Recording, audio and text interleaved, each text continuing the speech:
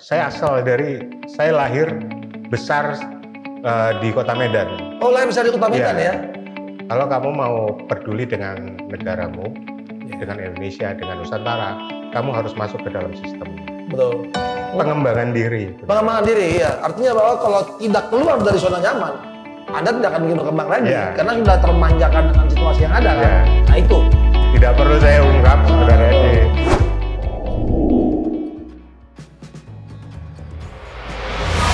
Assalamualaikum warahmatullahi wabarakatuh.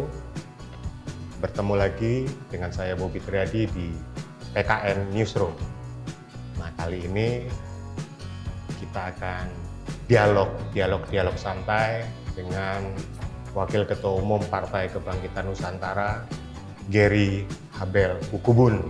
Yes, Om Bobi. Apa kabar, Bung Gary? Luar biasa. Semangat ya? Ya, semangat. Semangat itu yang harus terus terjaga, bro. Kita nggak boleh mengeluarkan kalimat yang membuat kita sendiri merasa nggak mampu. Betul. Jadi semangat itu kalimat positif. Tapi gimana kalau misalnya hari ini kita ganti, ya. Jadi Bang Bobi ini adalah host dari PKN Newsroom, right? Gawat. Ya, oke. Tapi hari ini saya ingin mengambil alih jobnya.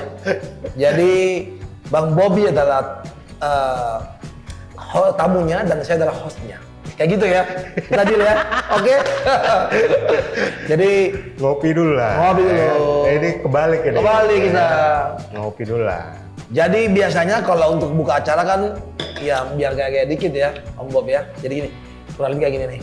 Halo, kembali bertemu dengan saya Gary Ukubun di PKN Newsroom. 30 menit bersama Gary Ukubun. Wah, mantap.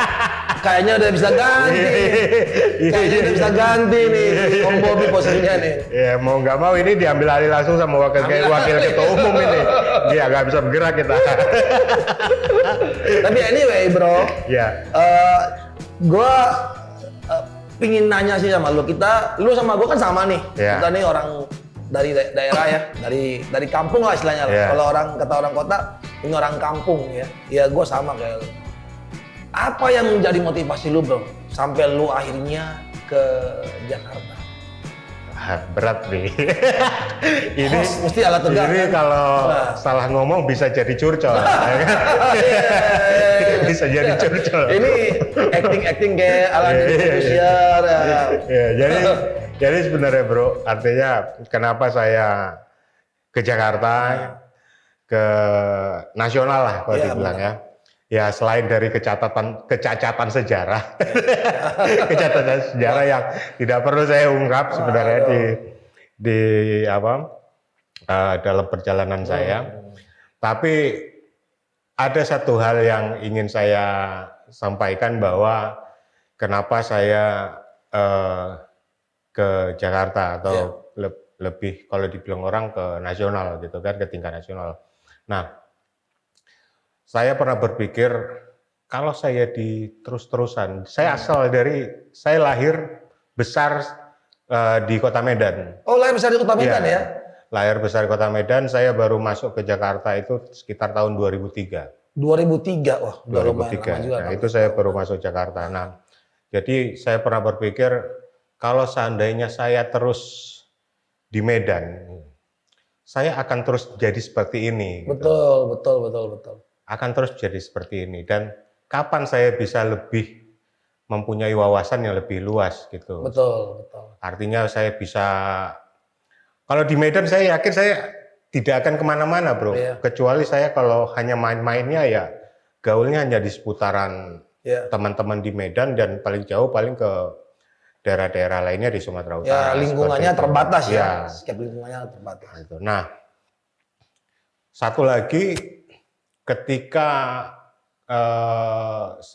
awalnya saya di Jakarta itu masuk ke dunia broadcast. Awalnya broadcast. Broadcast itu di dunia film ya, perfilman. Jadi apa waktu itu? Director of Photography, DOP. Okay. Awalnya memang saya merintisnya jadi dari fotografi kan. Dari fotografi karena memang saya fotojurnalis. Fotojurnalis selama di Medan itu saya fotojurnalis. Kemudian saya ke Jakarta, lalu saya sempat juga ke Riau. Dan di Riau karir saya terakhir adalah di Tempo.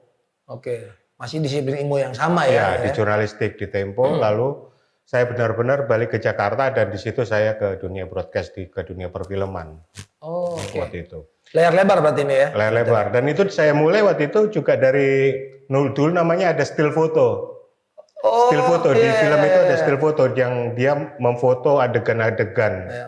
adegan-adegan perfilman itu untuk scene Jadi, by scene-nya itu kita Iya. foto adegan-adegan itu. Lalu Iya. ada teman saya yang ngomong, Bob, kamu kan fotografer. Saya lihat angle kamu, komposisi kamu itu bagus, katanya. Iya, iya. Mau nggak belajar kamera, katanya. Waktu Oke. itu karena bedanya apa di foto dan kamera? Bedanya Kamera kalau foto dalam ini konteks video still, nih ya? ini Kita bicara still, video, ya. Oke. Kalau foto ini still, kalau videografi itu dia bergerak. Dia bergerak, betul ya? Bergerak. Ya. Nah, di situ tantangannya di situ. Mulai saya belajar, kemudian juga pas lagi belajar di kamera, saya ada juga yang ini, Bob, kamu ini punya rasa, katanya. Oke. Punya rasa, katanya. Mau nggak juga belajar editing sama saya? Ada teman saya lagi, guru saya lah, guru editing saya di film. Belajar juga saya itu. Itu usia berapa tuh Om Bob kalau boleh tahu? Waktu itu sekitar Pada waktu pengen tahun, belajar apa editing video itu kira-kira usia berapa itu? waktu itu 2009-2010 ya. 2010 berarti 11 tahun yang lalu ya? Iya, 11-12 sekitar tahun. lebih. Ya, sekitar itu ya. Ah. Sekitar segitu. Nah, itu saya belajar editing, belajar video, videografi di situ. Nah, baru saya kenal dengan Mas Anas.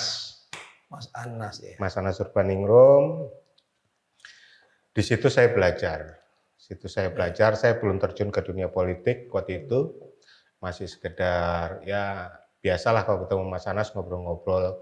Lama-lama saya berpikir waktu itu Mas Anas gini ngomong. Pada waktu itu Mas Anas sudah dalam posisi di Kita masih luar karena waktu itu saya kan sebelum di PKN ini saya di Demokrat. Nah, maksudnya pada waktu itu Mas Anas sudah berada dalam posisi sebagai anggota DPR Iya, tahun 2. waktu itu Mas DPR. Saya ingat tahun 2009 kalau nggak salah beliau di DPR RI ya.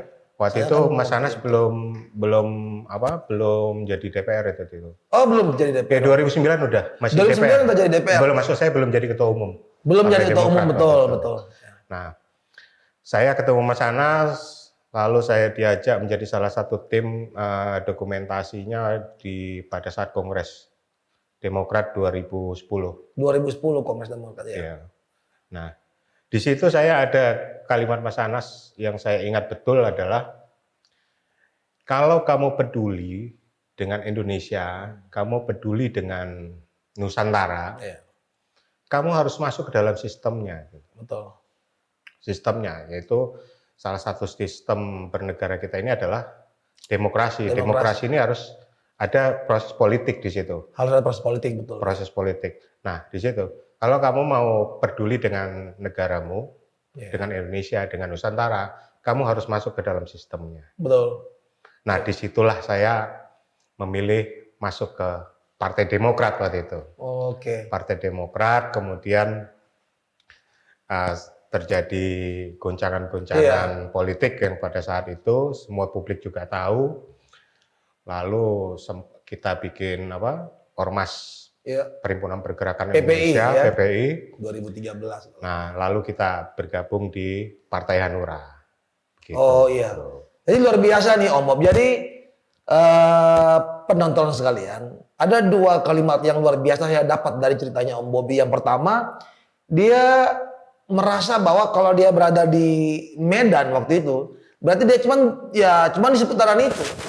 Dan saya yakin dalam pikiran Om Bobi ini adalah bagaimana kalau menjadi seorang yang sukses harus berani keluar dari zona nyaman. Kalau di Medan berarti zonanya ya gitu-gitu aja. Nyaman aja gitu kan? Dan beliau mengambil keputusan yang itu menurut saya luar biasa. Itu yang pertama nih. Tapi itu satu lagi ada pengembangan diri. Pengembangan diri, ya. Artinya bahwa kalau tidak keluar dari zona nyaman, Anda tidak akan mungkin berkembang lagi. Karena sudah termanjakan dengan situasi yang ada kan. Nah itu. Yang kedua saya tangkap, beliau ini tidak pernah mengenal usia dalam hal mencari ilmu ya. 2009-2010 belajar editing video, bayangkan. Itu usia yang mungkin sudah 30 lebih lah ya waktu itu ya. Waktu itu ya sekitar 30-an. Banyak orang yang kadang karena sudah lulus kuliah SMA lantas tidak mau belajar lagi, apalagi sekarang perkembangan zaman. Ya, kita ngikutin handphone, edit ya. Kalau kita nggak berusaha untuk belajar, ya ini Om Bobi luar biasa nih, nggak mengenal usia dalam mencari ilmu. Dan yang ketiga, satu lagi yang saya lupa, yang ketiga adalah, yang saya lihat adalah apa yang diajak oleh Mas Anas pada waktu itu. Satu kalimat yang pernah saya kutip dulu adalah gini Om Bob, kalau orang baik tidak masuk dalam sistem politik, maka yang ada cuma orang jahat. Dan saya pikir niat yang dibuat oleh Om Bobi sampainya memutuskan untuk terlibat dalam politik ini adalah karena memang merasa pingin bagaimana membuat satu perubahan menurut versi kita masing-masing ya Om Bob ya. Luar biasa lah Om Bob itu. Dan artinya juga kenapa akhirnya saya mau ber-PKN gitu. Artinya ya saya bisa aja memilih, artinya ya udah selepas dari saya di Hanura sebelum di PKN. Selepas dari Hanura, ya udah saya tidak mau berpolitik lagi, saya tidak mau berpartai karena selama ini saya tidak mendapatkan apa yang menjadi idealisme saya gitu. Apa yang menjadi idealisme saya itu saya tidak dapatkan di partai-partai sebelumnya. Nah, ketika Beli Pasek meminta saya waktu itu membuat satu bendera logo untuk partai yang sekarang ini Partai Kebangkitan Nusantara, saya di situ melihat Beli Pasek ada nilai-nilai idealisme yang sama dengan saya, artinya adalah bagaimana kita bersama-sama bergotong royong, bersatu dalam persahabatan, membangun Nusantara, mengembalikan kejayaan Nusantara yang di masa lalu, di kerajaan-kerajaan kita masa lalu pernah berjaya hingga menguasai daratan-daratan Asia. Nah, ini yang saya ambil. Dan memang saya lihat bahwa di PKN ini ya, ada satu hal yang berbeda yang saya lihat. Pada waktu orang berkumpul dalam sebuah organisasi politik, kebanyakan, mostly, kita hanya sampai ke batas kepentingan. Sehingga pada waktu kepentingan itu sudah tidak tercapai, maka bubarlah semua. Itu yang saya lihat. Tetapi di PKN ini, kalau bisa dikatakan itu lebih more than enough, lebih dari itu. Apa itu? Lebih dari sekedar kepentingan ada. Ada yang namanya persahabatan, saya lihat. Bahwa persahabatan itu muncul pada waktu di mana ada ketulusan yang muncul. Dan pada waktu kita tidak pungkiri bahwa semua yang namanya pribadi pasti mempunyai kepentingan. Mungkin tidak punya kepentingan, tapi dilandasi dengan persahabatan di PKN. Sehingga perasaan keluarga itu tinggi. Dan saya lihat itu luar biasa. Iya, saya lihat sangat luar. Semua yang mengambil bagian dalam PKN yang saya lihat ya sejauh satu bulan setengah ini adalah orang-orang dengan tulus dan ikhlas. Dan itu satu apa ya saya lihat ya, Mas Anas sendiri ya, saya mengenal beliau sebetulnya dari media. 10 tahun lalu lah waktu beliau di DPRI, saya waktu itu masih di daerah di DPRD-nya. Saya melihat bahwa semua orang punya nama dan punya ketokohan, tapi karisma selevel Mas Anas yang saya lihat tidak banyak. Gitu. Dan itu membuat semua orang tuh dengan tulus hati ingin berbuat sesuatu. Dan saya pikir Om Bobi sudah mengambil keputusan tepat ini ya. Akhirnya sekarang ini betul-betul bisa meluapkan semua apa yang menjadi orang seperti beliau ini, pemirsa, adalah orang yang ingin mengeksplor. Setiap hari itu kerjanya bagaimana mengeksplor kemampuan, bakat, perkembangan apa yang dia ingin. Dan itu tidak bisa dibatasi. Di saat dimana ada satu ruangan yang membatasi untuk orang seperti Om Bobi ini untuk berkreasi, saya yakin di situ akan terjadi ketidaknyamanan. Iya, seperti itu ya Om Bobi. Itu yang saya rasakan di sebelumnya gitu, di partai saya sebelumnya. Tapi nggak ada masalah karena saya lihat sekarang dengan banyak video-video yang muncul ya, itu bisa kelihatan bahwa ada ada kreativitas yang bisa disalurkan dan produktivitasnya kelihatan itu kan. Luar biasa Om Bobi. Dan saya satu orang bukan yang suka berdiam diri gitu. Artinya saya juga motoran juga kan bro. Saya suka motoran. Iya, saya tahu. Dulu kita pertama kenal ya. Jadi saya pertama kenal Om Bobi ini, kita waktu itu di Karawang ya. Jadi Om Bobi cerita tentang touring sampai ke Maluku. Waktu itu kan sempat tuh. Saya udah bilang nih kalau sampai ke Tual, ke Kei, pokoknya gua siapin jalannya pokoknya ya. Biar kesempatan. Ya, semoga insya Allah nanti kita cari waktu saat ya. Kita jalan lagi nih. Karena saya punya cita-cita ingin jalan touring sejarah. touring sejarah Indonesia. Tepat dong berarti sama PKN ini ya. Ya, itu. Karena kita bicara tentang Nusantara, Salah sejarah satunya kejayaan. itu karena saya pengen menjahit sejarah-sejarah ini. Betul. Itu yang saya ingin Betul. lakukan berikutnya gitu. Luar Nah ini kan nggak enak ini kalau seandainya saya host dan terus-terusan dikudeta ini kan. Naluri saya juga udah agak-agak memberontak ini. Ya, saya kembali ambil alih, saya ingin tanya juga sama bro ini, ya kan? Karena kan Bro Gary ini asalnya dari Maluku Tenggara ya. Iya, dari Maluku kampung. Tenggara. Kecil sekali kampungnya. Ke daerah yang kecil. Beliau ini juga pernah jadi wakil ketua DPRD Iya. di Maluku Utara tahun sekitar Maluku Tenggara. 2009 ya. 2009. 2009 dan beliau pada saat itu umurnya masih sangat muda. Iya. Sekitar 24 apa? 23, tapi 23 pas pelantikan nggak 24. Pada saat dilantik menjadi anggota DPRD di umur 24. Jadi luar biasa. Dan pernah juga menjadi calon bupati waktu itu. Calon wakil bupati. Calon wakil bupati 2013. Ya kan, ini luar biasa. Ini artinya kalau untuk di daerahnya, untuk di daerah Maluku, ini udah top lah, udah top, ketokohannya sudah teruji lah gitu ya.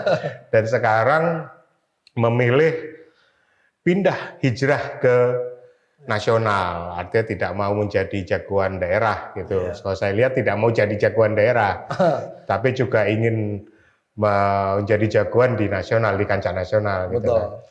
Apa yang mendasari Bung Gary untuk ini pertanyaan yang sama. Apa yang mendasari Bung Gary untuk pindah ke Jakarta? Jadi gini Om Bob, pertama saya ini suka menantang satu hal yang mustahil. Karena bagi saya nggak ada yang mustahil di dunia sebetulnya. Saya akan ceritakan nih tahap-tahapannya nih.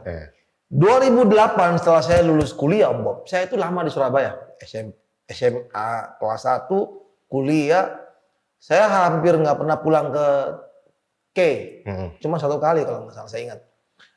Nah saya pulang dan di sana memang ya banyak orang yang tidak mengenal saya karena memang saya kan dari sekolah sudah keluar ya. Jadi saya berusaha memulai sesuatu yang baru. Padahal sebetulnya di Surabaya pada waktu itu saya sudah punya kerjaan juga. Sudah ada buat usaha kecilan, sempat juga magang di hotel. Karena sebetulnya saya ini lulus kuliahnya bukan sospol ya. Saya ini perhotelan. Perhotelan ya. Perhotelan. Jadi kerjaan saya itu ya teman-teman. Itu masak, housekeeping, ya, hal-hal yang sifatnya perhotelan. Tapi satu hal yang saya belajar bahwa dari ilmu perhotelan saya belajar bisa menjadi orang yang sopan, membawa diri, bagaimana bisa membuat orang itu nyaman. Kita ini bisa diterima sama orang kalau kita bisa membuka ruang untuk orang itu nyaman dulu. Jika kita ingin dihargai, kita harus menghargai orang dulu. Nah, di perhotelan, kamu akan diajarkan bagaimana membuat tamu itu nyaman dulu. Itu yang membuat satu ilmu yang menurut saya sangat luar biasa dipakai sampai sekarang. Dan itu menjadi karakter yang ya saya sekarang, gimana membuat orang itu nyaman sehingga orang juga bisa menghargai kita juga gitu. Saya sampai ke waktu itu sampai ke Maluku Tenggara ketemu almarhum Bapak. Itu dia juga bingung si Gary ini kira-kira apa ini. Saya maunya apa? Maunya apa? Saya bilang Pak saya pingin jadi DPR. Wah gila kamu umur berapa kalau kayak gitu? Waduh, gak apa-apa saya pingin jadi DPR. Gak mau dia, gak mau. Sampai saya balik ke Surabaya saya gak mau balik. Pokoknya kalau Bapak gak balik, karena bokap itu lumayan dikenal gitu loh di sana. Gue udah hitung-hitung nih. Makanya kita mau naik jadi seorang legislatif, kita juga harus hitung. Kalkulasi saya secara ini juga ada kan. Saya lihat kalau bokap bantu pasti jadi nih. Beneran. Pemilihan tanggal, saya masih ingat tanggal 9 April 2009 saya ingat. Saya baru balik kembali ke sana bulan Januari setelah bokap merestui. Dan ya alhamdulillah akhirnya jadi nih. 2013 ya agak gatel juga kan nyalon wakil bupati. Iya kan? Ini soal gatel-gatelan. Iya gatel-gatelan. Iya kan? Kalau bagi orang lain lu semua orang bilang lu terlalu muda bla bla. Cuman gue suka tantangan, bro. Sama kayak lu, gue suka tantangan. Dan gue hitung dari waktu itu 6 calon. Kita melawan incumbent. Alhamdulillah puji Tuhan saya dan pasangan saya yang sekarang menjadi bupati. Sekarang bupati. Pasangan. Iya pasangan saya kan bupati. Kita urutan nomor 2. Walaupun sebetulnya dalam yang kita yakini itu urutan nomor 1, tapi ya udahlah, forget about that, kita selesai. Tapi setelah itu saya nggak calon lagi. Nah, sekarang nyari hidup lagi nih kan. Gimana mau hidup lagi, start lagi dari ulang lagi, dari awal lagi nih. Mulai coba usaha sini, usaha sana. Alhamdulillah berkembang, puji Tuhan. 2019 nyalon lagi DPR dari partai yang sebelumnya dan nggak dapat. Nah, 2019 itu kalau bisa dikatakan hal yang sangat berat dalam hidup saya, bro, karena bokap meninggal ya. Bokap itu sebetulnya bukan cuma inspirasi, tapi bagi gua itu, gua mau berpolitik dan bisa membuat bangga bokap itu tentunya sangat bahagia, damai gitu loh. Tiba-tiba udah meninggal. Jadi gua ngerasa kayak ya ketemu siapapun yang orang yang hebat di Indonesia ini pun juga sudah dulu kan masih di daerah kan pengen foto, pengen apa gitu kan. Tapi setelah dia meninggal, kayak udah nggak ada passion lagi untuk berapa saat. Namun setelah itu gue mikir, gue nggak boleh berada terus di zona nyaman. Ada usaha gue di Maluku, gue jual semua sama istri sama keluarga. Saya mau ke Jakarta 2019 dan niat saya adalah bagaimana saya harus menjadi orang yang berguna untuk saya pribadi dan juga untuk banyak orang gitu. Karena percuma, Bang. Lu mau kaya, lu mau tinggi jabatan lu, kalau orang nggak suka sama lu, orang udah nyibir lu, si Bobby mah jelek, Gary jelek. Nothing, nggak ada gunanya. Kita hidup ini, nilai kita tuh ada di saat dimana orang di sekeliling kita merasa senang dengan kita. Itu nilai. Kalau lu bilang jabatan, kekayaan, harta, semua itu sementara. Banyak orang kaya juga stres sampai meninggal karena sebetulnya dia punya lingkungan yang membuat dia bahagia. Nah itu tujuan gue, bagaimana gue bisa menantang lagi arus yang dari nol lagi. Gue benar-benar habis, nggak ada apa-apa pada waktu 2019 sampai ketemu sama Beli Pasek. Dimana Beli Pasek ini adalah seorang yang menurut saya kalau mau belajar tentang loyalitas dan kesetiaan itu di dia. Gimana? Beli Pasek. Iya. Dan saya yakin kalau saya kenal sama Beli Pasek ini, Pak Ketum kita ini, maka saya juga akan kenal dengan lingkungannya. Katanya orang bahasa ininya gini, bahasa bijaknya. Jika Anda susah mencari orang baik, maka Anda harus menjadi orang baik. Anda akan menemukan orang-orang itu. Jadi saya merasa ada hal yang positif waktu, dan juga ya, Pak Pasek ini juga banyak membuat saya berubah dari pola pikir. Dari situlah saya merasa bahwa ini bukan masalah apapun, ini masalah kenyamanan. Jadi saya di PKN saya merasa nyaman, bukan karena mohon maaf posisinya, bukan. Saya nggak merasa seseorang itu merasa nyaman karena posisi, enggak. Percuma lu merasa tinggi tapi orang nggak ada yang suka. Jadi saya belajar bahwa yang paling penting adalah bagaimana memberikan orang lain merasa nyaman dengan kita ya. Nah contoh nih, mohon maaf bro, kalau misalnya kita bicara dalam posisi jabatan wakil ketua umum saat ini, saya belajar apa sih yang harus saya bikin yang beda. Saya kembali flashback tentang saya yang dulu di kampung, terus mau ketemu dengan seorang wakil ketua umum di Jakarta. Iya kan?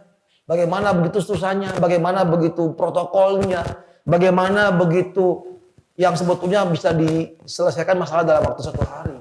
Saya pernah 3 bulan di Jakarta, Bob. Cuman gara-gara saya mau di PAW dalam posisi sebagai DPR pada waktu itu, DPRD. 3 bulan lebih saya tinggal di Jakarta. Untuk hal yang sebetulnya sangat sepele, 1 hari selesai. Nah, saya ingin pada waktu saya mendapatkan posisi seperti sekarang, saya nggak boleh melakukan hal itu sama orang lain.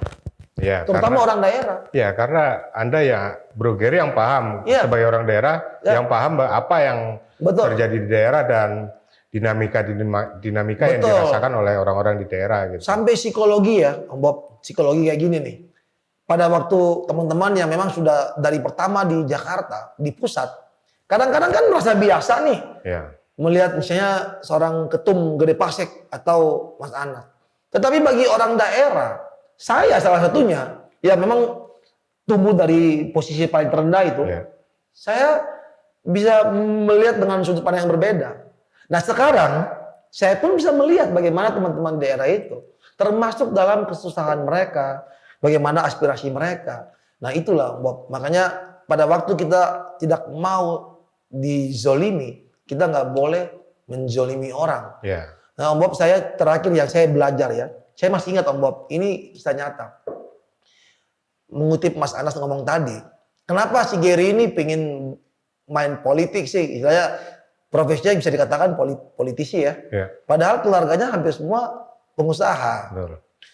Saya waktu kecil pernah melihat ada oknum polisi yang datang ke rumah saya. Lalu ditekan, bokap ada beli hasil bumi yang dimana itu mungkin ada yang belum beres, suratnya ditekan dan akhirnya saya melihat bokap tuh dimarah-marahin, ditekan, bla bla bla bla. Dalam pikiran saya pada waktu itu usia sekitar 11-12 tahun, satu hal Om. Saya nggak mau ditekan sama orang seperti ini, apalagi bicara tentang sesuatu yang nggak betul. Ya. Jadi supaya kita nggak ditekan, kita harus memegang jabatan itu. Dan kita memberikan yang terbaik buat orang. Jangan kita mengulangi hal yang sama. Nah di dalam posisi ini juga begitu bro. Menurut gua kalau bisa kita bermanfaat buat orang, rezeki itu pasti akan datang sendiri gitu.